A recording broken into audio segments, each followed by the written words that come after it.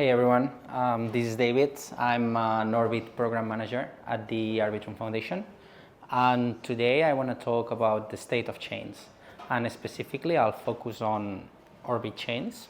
So I'll be answering why does everyone want to launch a chain today?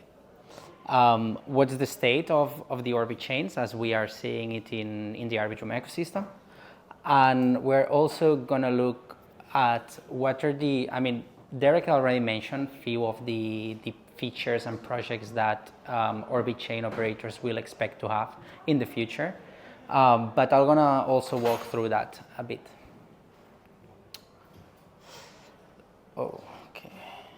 Well, so I'm going to start with also explaining what's the relationships principle between the Arbitrum DAO, the Arbitrum Foundation, and Off-Chain Labs. So the Arbitrum DAO is the responsible for the decision making that happens on the Arbitrum ecosystem, and the foundation we are essentially a neutral steward, meaning that we don't comment on existing proposals. We're not going to review existing proposals. We're just neutral to those. We let the community to decide whether this is valuable for the ecosystem or not. What we do is we provide the operational support once these decisions via the forum has been approved.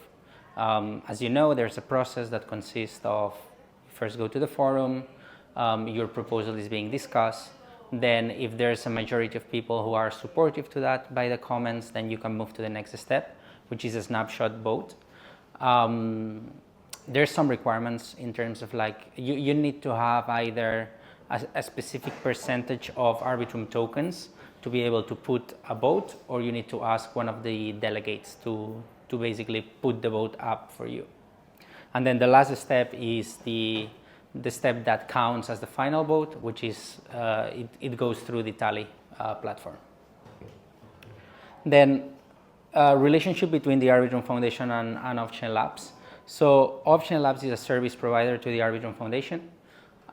They are essentially the original creators of the technology, and Arbitrum Foundation and Off-Chain Labs are two different companies. Let's see. Cool. So let's look into now the state of Orbit chains. Chains in general first. Well, what you're seeing here is if you go to L2Bit today, this is what you will see: a massive list of chains that are currently being spun up. So for who doesn't know, L2Bit is a security research firm. Their goal basically is to inform the user of the security assumptions that they are taking when they are using one chain or another. And so at the beginning, it was very easy for them to be able to track the few chains that were there. But today it's quite complex. And you can see there's in many places, it says NA, they are still reviewing. So yeah. If you want to know more about L2Bit, we actually have someone working at L2Bit today here, so feel free to reach out as well afterwards. It's the guy over there who's looking at the phone. No, but really. So why there's so many new chains being spun up? It's because all these different chain operators, they made it very easy for anyone to actually just fork the code and start building with it. I made this graph over there. It just shows the number of chains according to L2Bit per L2 stack. Arbitrum's leading at the moment. It's a bit outdated for us, but yeah, there's a bit more than that, than those numbers. I'll go to that a bit later. And so many chains, but why everyone wants to build a chain? So I'm just gonna drop here few reasons. The first one is that you need capacity to scale, and you'll get that by running your own chain. Especially that's especially applicable if you have an app chain, right? Where you are not sharing the block space with others. Second thing is you want control over the gas prices. As you know today, Ethereum, and to a lesser extent Arbitrum One, there's a lot of price variability because that depends on the demand by third-party applications on the chain. And so, again, specifically applicable for app chains. If you want control over that, you'll get that with your own chain. You want control over the UX. So a very clear example is things like chain abstraction. You want chain abstraction on your app, you can get that. You can get that by building your own app chain. The fourth one is you want control over your value accrual. One of the ways you can get that is by setting how you want to put the as gas. What token do you want to use as gas for your chain? We're seeing many chains that are actually picking their own token as the one that needs to be used for their chain to run. Other things like control over latency and speed. Arbitrum 1 is today the fastest blockchain out there in terms of block time, which is 250 milliseconds. You can actually bring this down to 100 milliseconds with Arbitrum Orbit. And then the last one is you want to have control over the available infra. So these are main reasons. I'm sure there's a lot more, and for every specific case, those reasons are ranked in importance. But those are the reasons why someone would want to have their own chain. So I didn't start with the intro, so now what's Arbitrum Orbit, right? So Arbitrum Orbit is just customized Arbitrum chains. So for builders, they are able to fork the code, customize it, change the branding, and then from that they can make it their own chain. It's very easy. So it's the off-chain labs actually like view that spinning up a chain and customizing it should be very easy. And so why do you need Orbits if you have Arbitrum 1? So one of the reasons here from a technical standpoint is that Arbitrum 1 has always optimized for Ethereum compatibility, but the Orbit chains don't have to, which means that you can actually go into one of these, there's hundreds of Ethereum improvement proposals out there, and maybe those make a lot of sense for the specific niche that the chain operator is looking into. Okay, so also Arbitrum Orbit has changed a lot through time. Today, we are seeing most of the Orbit chains being within the Ethereum landscape. But the reason is because it was not possible at the beginning to actually just build an Orbit chain that wasn't from a chain that derived its security from Ethereum. And so it's been now in August that basically you can spin an L2 orbit and layer 3 orbit on top of any chain that's out there. For chain operators, they need to pay a licensing fee of 10% of the profit back to the Arbitrum DAO to be able to take the code and basically customize it and run it as if it was their own. But you can see here, March 23 at the beginning, a bit explaining the history. So we started with only offering L3 chains on top of Arbitrum 1 and Nova. If you wanted to build something that was outside of these domains, you had to go to the DAO, you had to tell them what you were building, what you were giving the DAO in exchange of running your own blockchain. And then if the DAO was approving it, then you could just take the code and start working on it, right? So there was a general desire for efficiency. And so that's how in January 24, the team released what we call the Arbitrum expansion program, which is essentially that licensing fee that the chain operator has to pay for being able to run like the Orbit instance. And so this only applies to chains that do not that do not post transactions on top of Arbitrum 1 and Nova. But yeah, in summary, today build an Arbitrum orbit wherever you want with whatever you want. That's the summary, and that's what you can take with you. So a bit of how the numbers look like today. So that was yesterday. We had 63 chains on the Orbit portal. There might be one or two more by today, but we have 30-70% split between layer 2s and layer 3s. And really what we are seeing from the demand side, the top features that these chain operators are using the most today are, first of all, 32 out of the 63 are using their own custom gas token. The others are using Ethereum. Then 30 of those are also using the off-chain data availability solution that Off-Chain Labs developed. That's called AnyTrust. Then there's others that are using alternative DAs, and one of the features that we get asked for the most is actually having faster block times than the 250 milliseconds that Arbitrum One has today. So normally we have a lot of teams very interested in bringing that down to 100 milliseconds.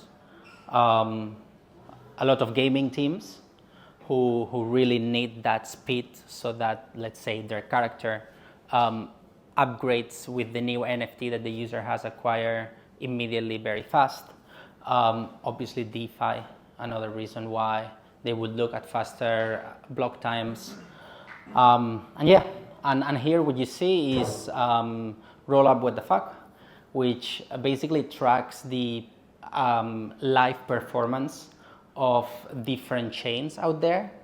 And what you can see is that regularly the chains that are being powered by Arbitrum, the Arbitrum Nitro stack, they are currently, normally they are ranking the top. Here you can see 6 out of the 7 first chains in terms of amount of activity are using the Arbitrum stack.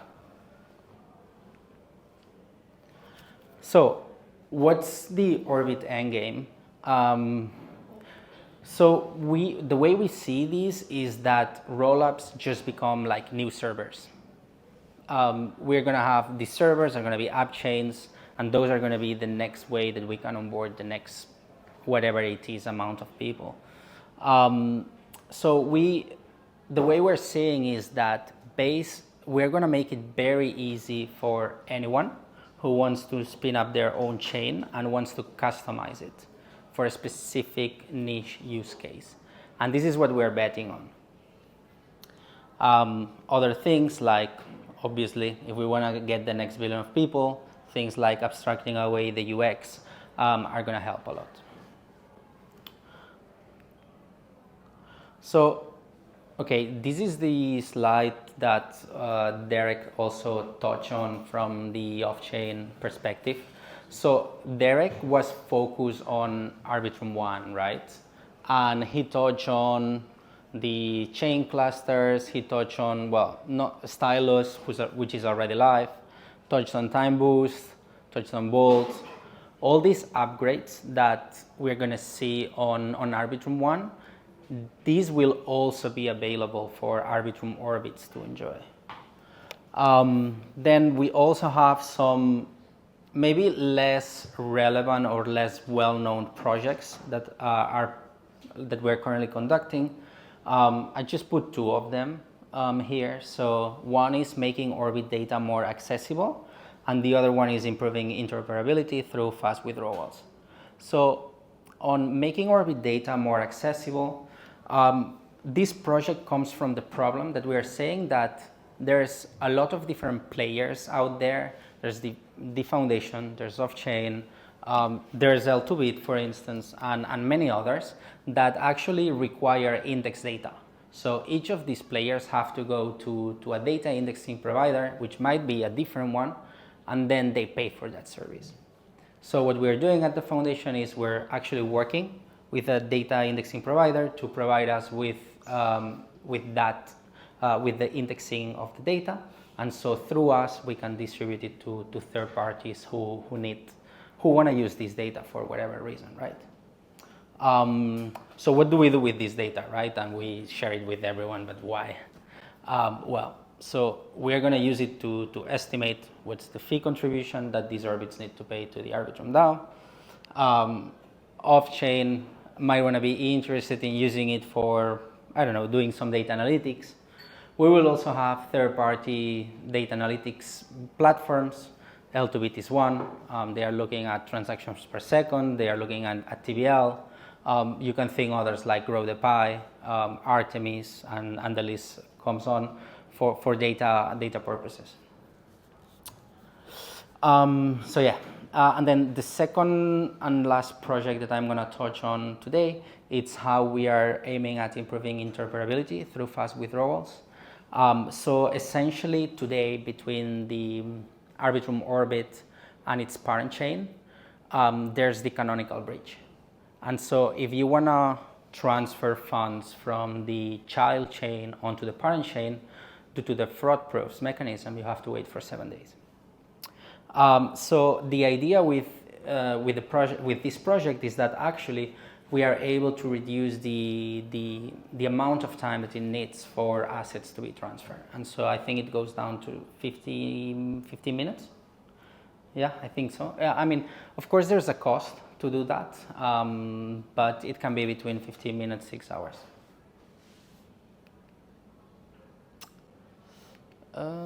Yeah, so that's the presentation. If you want to start building on Orbit chains, there's the tools, resources. Derek is going to be here, and I'm going to also be here, so we can have a chat. Thank you. I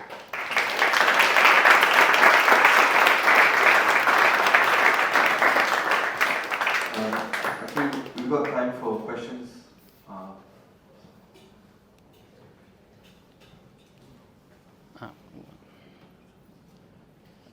Hi. So first question is, one of the big arguments for Arbitrum, and I love it, I'm building on it, so it's not this, but is the high liquidity. But if you make it so easy for people to create Orbit chains, then this fragments the liquidity, right? So what's the like the answer to that? I mean, one answer could be not everyone needs liquidity. So there's going to be different use cases, right? I mean, there's gaming use cases, there's like real world use cases that don't need liquidity. To the ones that need liquidity, there's a concept that Derek explained, that chain clusters, that is essentially one node that looks into what's going on two different chains.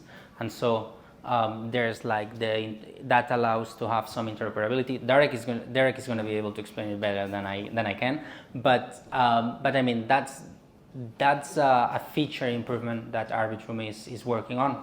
So yeah, that's on the works, and it should at some point, I think it's going to be next year, according to it's going to be next year that's going to be implemented. Cool, thank you. And second quick question. You mentioned that when people create these Orbit chains, then they have to pay to the DAO like 10% or something. Mm-hmm. How do you enforce this payback if it's another chain, basically? Good question. So it's, first of all, it's 10% of the profit of the chain, right? So it's not the revenue. How can we enforce it? So I mean, the real answer is most likely we cannot, but there's a licensing out there, and so it's up to you if you decide to break the licensing and you don't want to pay. But what I can say is that we're going to facilitate how this payment happens, and we are actually working on another project that we are setting up automatically that the funds that need to be paid to the Arbitrum DAO are set into a multisig, and then once in a while the team will be responsible for sending those funds to the DAO, and we definitely are going to track it. Is there access to any funding for building out an Orbit chain, considering this 10% equity kind of fee? Yes, so you mean if there are like financial support programs? Yes, exactly. Yeah. So the foundation has the grants program. The grants program is focused for Orbit chains and application developers as well. So Orbit chain operators applications developers developing applications on top of Arbitrum 1. So yeah, that's the one, I would say. On top of that, the DAO is also building, well, they are releasing now and then programs. It's for the Arbitrum ecosystem, but essentially they distribute incentives to support the builders in going to market and getting in the end users. It's funny that you asked this question because I also think if you think it the other way is you get access to the most mature L2 technology that's out there, and you don't even have to pay anything in advance, and you can just use the best that's out there. So, but yeah, good question.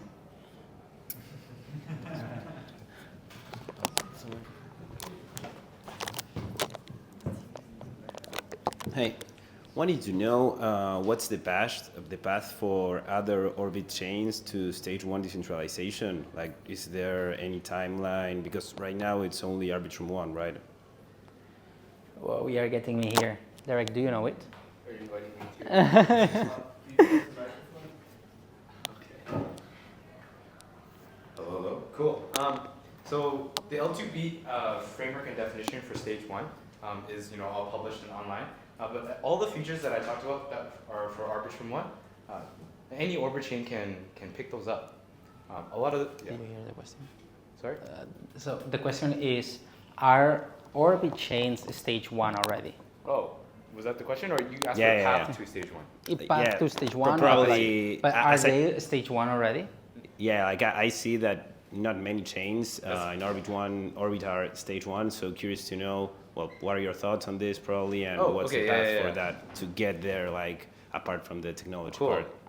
Yeah, so the short answer is it's up to the Orbit chain owner. It's your chain, it's your rules. You can choose to adopt and enable those features to get you to stage 1, because all that technology exists.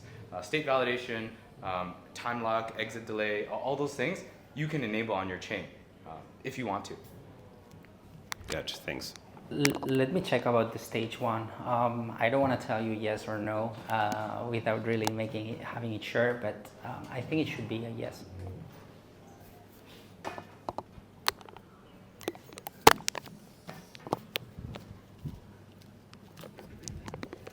Well, my question is about the data availability, that fast data availability in the gaming use case. So there is some metrics or something like a service level agreement in front of how much is the speed of this data availability specifically for gaming use cases, or it depends of what that speed? Okay, so you are touching based on the concept of data availability, and then you are also talking about the speed of the blockchain, which those are two different concepts. That's more on the time block, right? So if I go into this one, right, because I think it's what you're referring, it's about what's the time it takes. So basically the time block is the time it takes from when a user has submitted a transaction until this transaction gets bundled into a block and gets submitted onto the parent chain. This is where I was referring to Arbitrum being the fastest blockchain that's out there with 250 milliseconds block times. Okay, so that's when you were talking about the fast data availability, you mentioned for gaming use cases. Mm-hmm. Yeah, exactly. So what we're seeing a lot is that actually I think it's around 40% of the Orbit chains that we have today are gaming focused. So you want to offer a good user experience, right? And let's say, put this example. You have an on-chain game, and then you're playing the game, it's fully on-chain, you are collecting NFTs, you're collecting coins. This needs to be updated fastly on your screen, right? You want that to happen as soon as possible, and so Arbitrum is the blockchain that can provide you the fastest. Does that make sense? Yeah, but there is no, that speed not depending on the user click on his wallet. No, exactly. Arbitrum has some metrics to guarantee the speed. Well, I mean, so there's I don't know. So we don't have a public SLA where you are like, oh, we sign onto this, but like it's just like technically it's there that it's every 250 milliseconds. It's like written. It's like how it's been designed that happens. That's when the block gets submitted, gets like bundled and submitted onto the parent chain.